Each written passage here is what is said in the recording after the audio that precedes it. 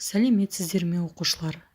Біздер жанды табиғат бөлімінің 3-ші сабағына келіп тоқтадық.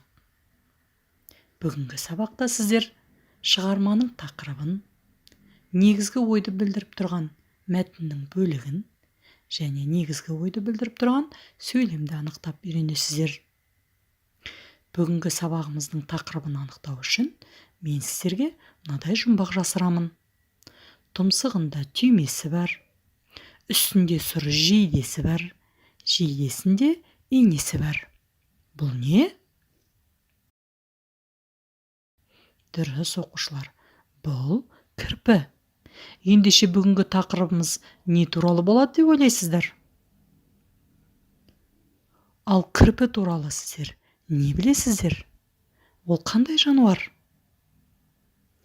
Ендеше мен сіздерге кірпі туралы мынадай қызықты ақпараттарды ұсынғым келеді.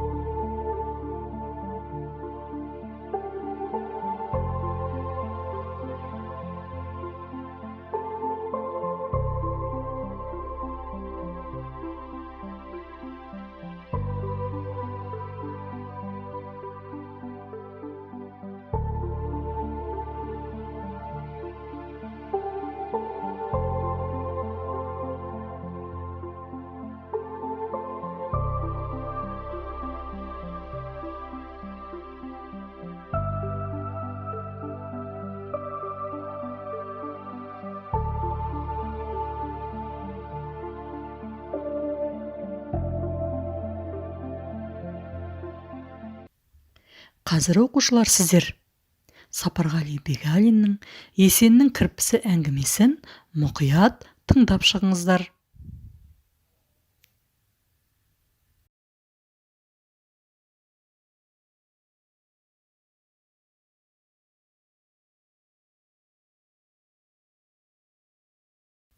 Егер мәтінді мұқият тыңдаған болсаңыздар, менің сұрақтарыма жауап бере қойыңыздар.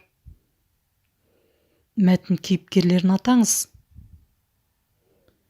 Есеннің үйінің ауласында нелер өсуші еді? Есен кірпісін қалай шақырушы еді? Ол кірпісіне қандай азық дайындап қойды деп ойлайсыздар?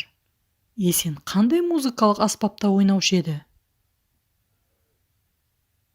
Мандолинаның дауысын естігенде кірпі не істеуші еді? Ал сіздер осы шығарманы басқаша қалай атар едіңіздер? Осы шығарма арқылы жазушы біздерге не айтқысы келді? Шығарманың негізгі ойы неде?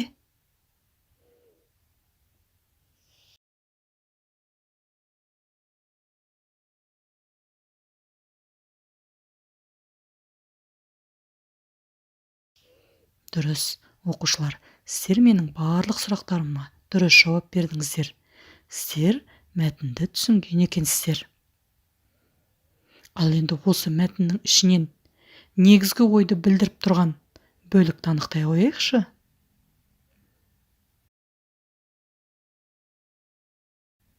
Ал осы бөліктегі негізгі ойды білдіріп тұрған қай сөйлем?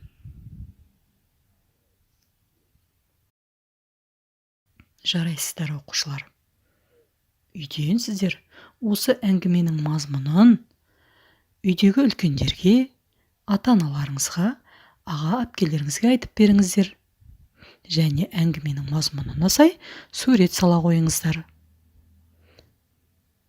Бүгінгі сабағымыз аяқталды. Сау болыңыздар.